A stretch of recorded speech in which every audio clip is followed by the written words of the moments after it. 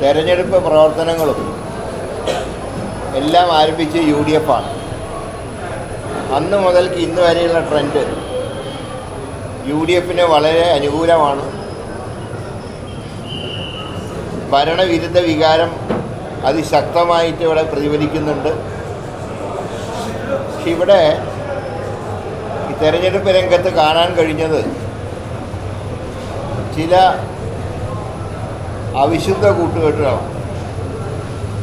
ഇവിടെ BJPയുടെ സ്ഥാനാർത്ഥിയെ പ്രഖ്യാപിക്കുന്ന, ആദ്യം പറഞ്ഞു സ്ഥാനാർത്ഥി ഇല്ല എന്ന് പറഞ്ഞു, പിന്നെ ഒരു സ്ഥാനാർത്ഥിയെ പ്രഖ്യാപിച്ച സ്ഥാനാർത്ഥിക്ക് മെമ്പർഷിപ്പ് ഇല്ലാത്ത ആളെ പ്രഖ്യാപിച്ചു. കാലത്ത് സ്ഥാനാർത്ഥിയെ പ്രഖ്യാപിക്കുന്നു, ഉച്ചയ്ക്ക് മെമ്പർഷിപ്പ് എടുക്കുന്നു, വൈകുന്നേരം നോമിനേഷൻ കൊടുക്കുന്നു. മാത്രമല്ല ഇന്നിപ്പോൾ BJPയുടെ ഇവിടുത്തെ അവസ്ഥ എന്ന് പറയുന്നത്, ഇവിടെയൊന്നും ഒരു സ്ക്വാഡ് വർക്കോ കാര്യങ്ങളൊന്നുമില്ല. ഞാൻ ഇന്നലെ സ്ഥാനാർത്ഥിയുടെ പര്യടനം കണ്ടു. സ്ഥാനാർത്ഥി ഒരു വാഹനത്തിൽ പോകുന്നുണ്ട്, വേറെ കാര്യമായിട്ടുള്ള ഒച്ചയാനൊക്കൊന്നുമില്ല. പക്ഷേ ചില UDFന് സ്ഥിരമായി കിട്ടുന്ന ചില കേന്ദ്രങ്ങളിൽ മാത്രം ചില പ്രചരണങ്ങൾ. കാരണം മതമേലധ്യക്ഷന്മാർ പറഞ്ഞിട്ടാണ് ഞങ്ങൾ സ്ഥാനാർത്ഥിയെ നിർത്തിയത്, മറ്റു രണ്ട് മുന്നണിയും നിർത്താത്തതുകൊണ്ടാണ് ഇവിടെ ഞങ്ങൾ നിർത്തിയത് എന്നുള്ള പ്രചരണം നടത്തുക.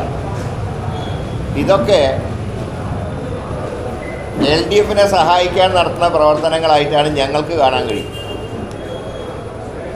ഇവിടെ BJPയുടെ ഇലക്ഷൻ പ്രചാരണം ഉദ്ഘാടനം ചെയ്ത സുരേഷ് ഗോപി മുഖ്യമന്ത്രിയെ പുകഴ്ത്തുകയും നേമത്തെ അക്കൗണ്ട് പൂട്ടിച്ചവർക്ക് മറുപടി തൃശ്ശൂർ കൊടുത്തുവെന്ന് പ്രതിപാദിക്കുകയുണ്ട്. അപ്പോൾ മുഖ്യമന്ത്രിയെ നന്നായി പറയുന്ന ഒരു തെരഞ്ഞെടുപ്പ് കൺവെൻഷൻ ആദ്യമായിട്ട് കേൾക്കുക. LDFൻ്റെ പ്രചരണം മുഖ്യമന്ത്രിയെ ഫോക്കസ് ചെയ്തിട്ടാണ് മനസ്സിലാക്കുക, അത് പാർട്ടി നയമാണ്. പക്ഷേ ഇന്ത്യ ഭരിക്കുന്നൊരു പാർട്ടിയുടെ കൺവെൻഷനിൽ സംസ്ഥാന മുഖ്യമന്ത്രിയെ പുകഴ്ത്തിക്കൊണ്ടുള്ള പ്രസംഗവും ഈ ചില പ്രത്യേക കേന്ദ്രങ്ങളിൽ മാത്രം നടത്തുന്ന സ്ക്വാഡുകളൊക്കെ ഇങ്ങനെയൊരു കൂട്ടുകെട്ടുണ്ട് എന്നുള്ള വ്യക്തമായിട്ടുള്ള സൂചനയാണ് ഞങ്ങൾക്ക് കിട്ടിയത്. പക്ഷേ അതിനെയും കവറപ്പ് ചെയ്തുകൊണ്ട് ഞങ്ങൾ വർക്ക് ശക്തമായി മുന്നോട്ട് പോകുന്നുണ്ട്. അതുകൊണ്ട് തന്നെ 23-ാം തീയതി റിസൾട്ട് വരുമ്പോൾ UDFന് അനുകൂലമായിട്ടുള്ള വിധി തന്നെയാണ് നിലമ്പൂർ ഉണ്ടാവുക എന്നുള്ള കാര്യത്തിൽ സംശയമില്ല. ഇത് മാത്രമല്ല, ഇപ്പോൾ കഴിഞ്ഞ ദിവസങ്ങളിൽ തിരുവനന്തപുരത്തുണ്ടായ ചില സാഹചര്യങ്ങൾ അതിനെ ചേർത്ത് വായിക്കണം. ഈ ഓപ്പറേഷൻ സിന്ദൂർ വിശദീകരിക്കാൻ ഗവർണർ ഒരു യോഗം വയ്ക്കുകയും ആ യോഗത്തിലെ മുഖ്യ പ്രാസംഗികനായി RSSൻ്റെ പ്രചാരകനായ ഗുരുമൂർത്തിയോ അദ്ദേഹം പങ്കെടുക്കുകയും ചെയ്തു. നരേന്ദ്രമോദിയെ പുകഴ്ത്തുകയും മൻമോഹൻ സിംഗിനെ ഇകഴ്ത്തുകയും ചെയ്ത പ്രസംഗമായിരുന്നു അദ്ദേഹത്തിന്.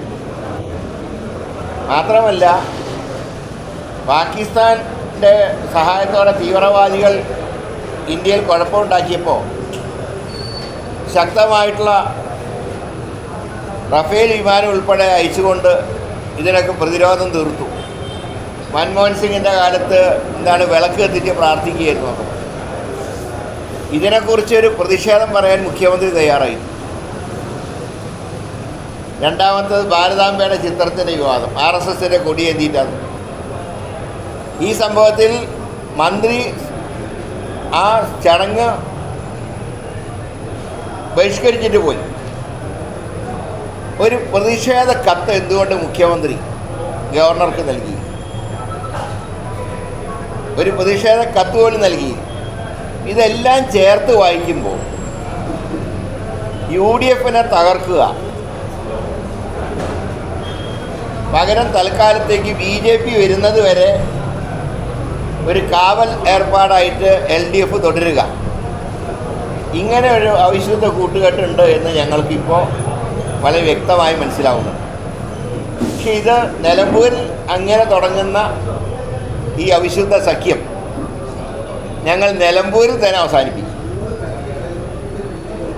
ഈ രണ്ട് ശക്തികളും ഞങ്ങൾക്കെതിരായിട്ട് ഒന്നായിട്ടാണ് ഇവിടെ നിൽക്കുന്നത്. പക്ഷേ അതിനെ ശക്തമായി പ്രതിരോധിച്ചുകൊണ്ട് ഞങ്ങൾ മുന്നോട്ട്.